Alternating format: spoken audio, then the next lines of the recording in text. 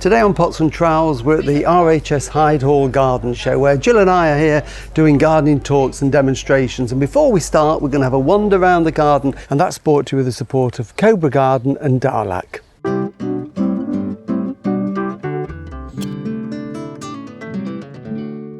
Hello and welcome to Pots and Trowels. Well, today we're at RHS Hyde Hall in Essex for their annual garden show, and it's a beautiful August day.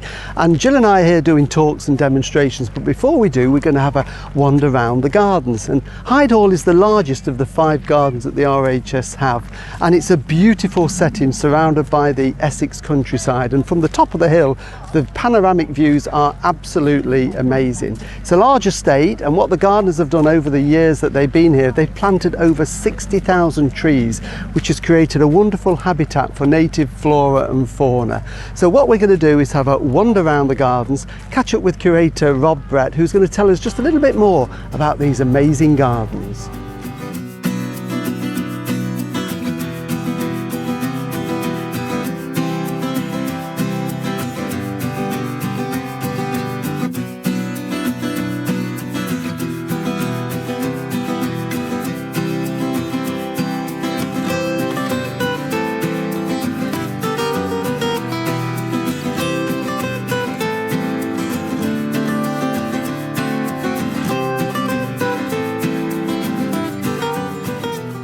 Rob, it's great to be at Hyde Hall again, and it's all looking fabulous, but can you just give me a little bit of history and how Hyde Hall came about?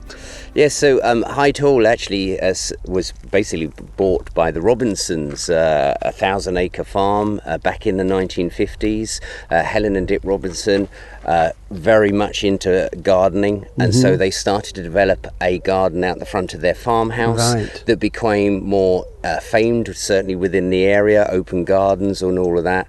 And then basically in 1993 they donated the whole of their land, to the RHS. Wow. The RHS took it on, yes, a sort of perhaps a challenge, as you can sort of, here we are, in the dry garden, but we are in the driest region of the country and we're on Essex clay soils, and quite a challenge in that particular aspect. And you've been here for quite a few years, haven't you now? So I've been here 7 years total. So lots of changes in that time. So we are standing in the dry garden, which is one of the parts of the garden that Hyde Hall is famous for. As you say, you're in a very dry part of the country, very sunny and hot as well, isn't it? Hence we've got our hats on today. So you're growing plants in here. Almost looks like we've gone to the Canary Islands or somewhere like that, but these are obviously all hardy and thrive here. Well, in part you have gone to the Canary Islands. We've got actually just behind us the echiums have finished flowering now, etc., but do so well for us here. And really, in all honesty, I think this is about, in some respects, that sort of principle about right plant for the right place type of thing, and us being in the driest region. One of my predecessors, Matthew Wilson, started the dry garden as a sort of an opportunity to demonstrate to people these are the sort of plants that you could perhaps actually grow within the region, and it's just grown and grown and grown in that particular aspect. And so the diversity of the plants that we actually now have here can be certainly the Mediterranean, South African plants, we have Australian plants, we also have plants from Southwest United States of America. It's a whole range of different types of plants that we grow literally out here and have, as it were, no problem in doing so. I think probably the key thing for us is also the fact that actually it demonstrates what you can actually do with that sort of dry garden experience, and get a whole host and range of different types of plants within an area, and all we do is we only water them in initially. So on their first planting, etc., they then have a water, and we haven't watered this garden since. So even though we've gone through this very hot, dry summer, there's no water put on here. They have to fend for themselves. And it's interesting because obviously we've got climate change happening. We know it's happening.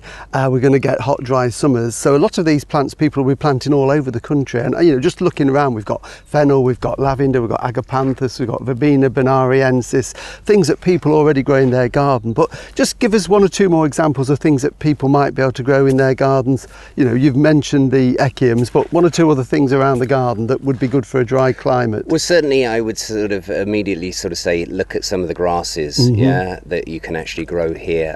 So there's a beautiful steeper itchu, which has got this nice feathery flower stalk to it. Make it look so you've got actually different layers. Okay, so you can actually do some bulb aspects within here. You can also then do more of the shrub aspect, whether that be things like the palms such as the chamaerops. Okay, we do have olive trees in here, ruscus, all sorts of different types of shrub element, callistemon, okay, leptospermum, so it's creating that aspect. And then you just do these nice infills, perhaps with, as you've already mentioned, the fennels and the verbenas, etc., going forward. And that way you get interest all year round. It's not a herbaceous border that dies down. You've got the structure there. You've got still a structure. And exactly. I think probably the other element that I would sort of say is of course, okay, its peak is around sort of June, July time, from a sort of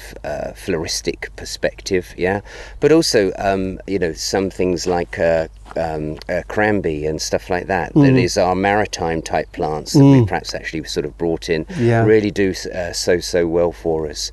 And I suppose probably the other thing that I would sort of say is the fact that all of our own water runoff is collected into a 10.1 million gallon reservoir. That's pretty big, isn't it? Yes. Which is a big water bath. It is. And that gives us then the opportunity to actually water actually quite readily around the garden. Well, thus hilltop, nice grass, still looking green at this time.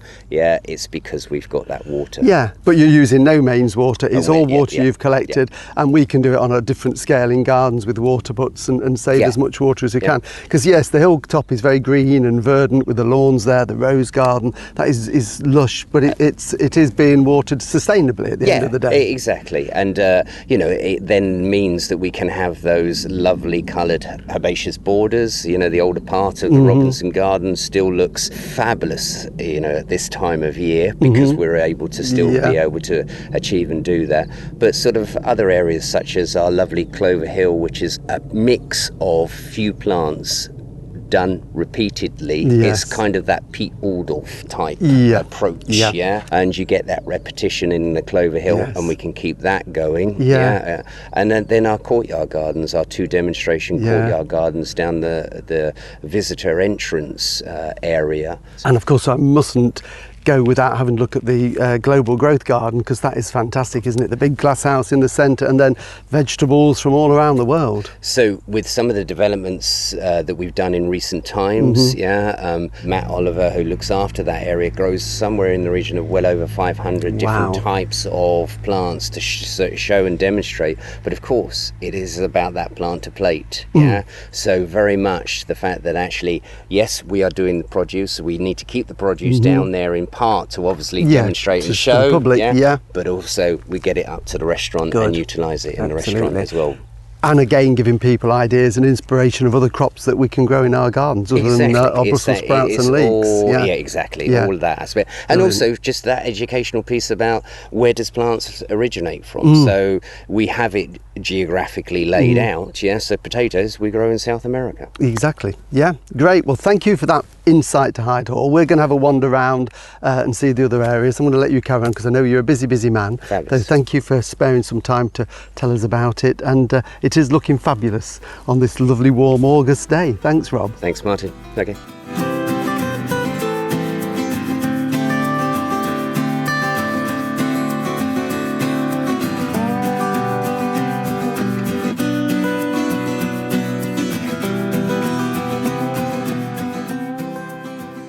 Well, this is what's known as the Hilltop Garden, and it is literally on the top of the hill here at Hyde Hall, and it's where the family lived. We've got the old farmhouse to the back of me, and it's where the gardens originally started back in the 1950s. It's been developed quite a lot obviously in recent years, and at the moment in late summer it's absolutely wonderful with the herbaceous borders, shrubs and structural plants here just giving masses and masses of colour, and it looks out over the lush green lawns and then beyond to the lovely clipped yew hedges. We've got herbaceous borders and rose gardens and those far-reaching views of the Essex countryside. It's an absolutely wonderful place to just take it all in.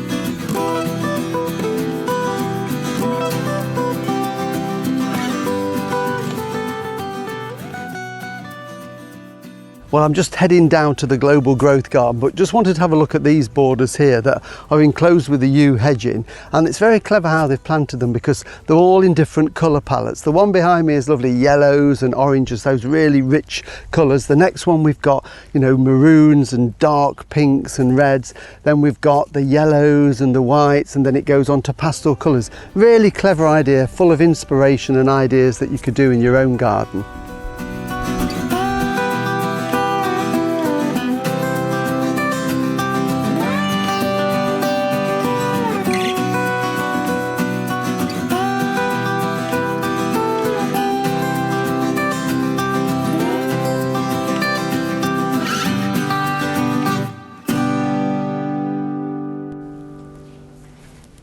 And this is the Global Growth Garden with this amazing glasshouse structure in the centre. What I'd do for something like that.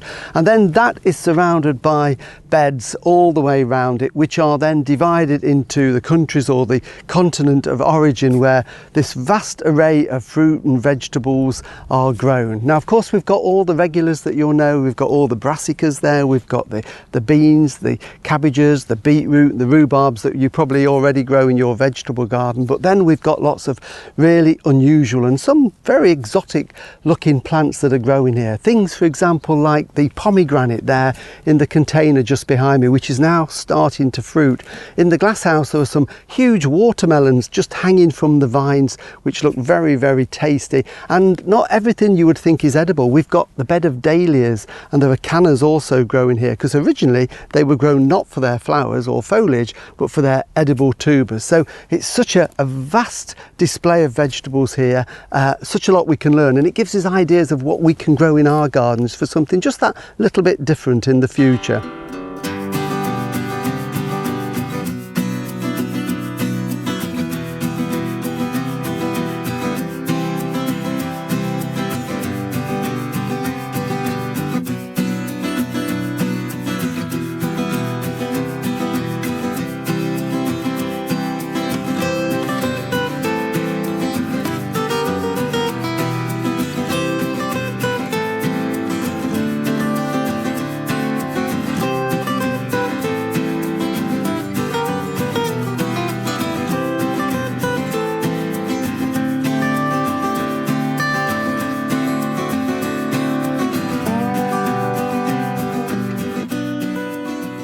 Well, thank you for watching Pots and Trowels. Hope you've enjoyed our mini tour of Hyde Hall. We've only just scratched the surface. There is so much more to see. So whatever time of the year you're down this way, it's well worth a visit. So we'll be back next week and we'll be doing more tips and hints from the garden. See you then. Bye.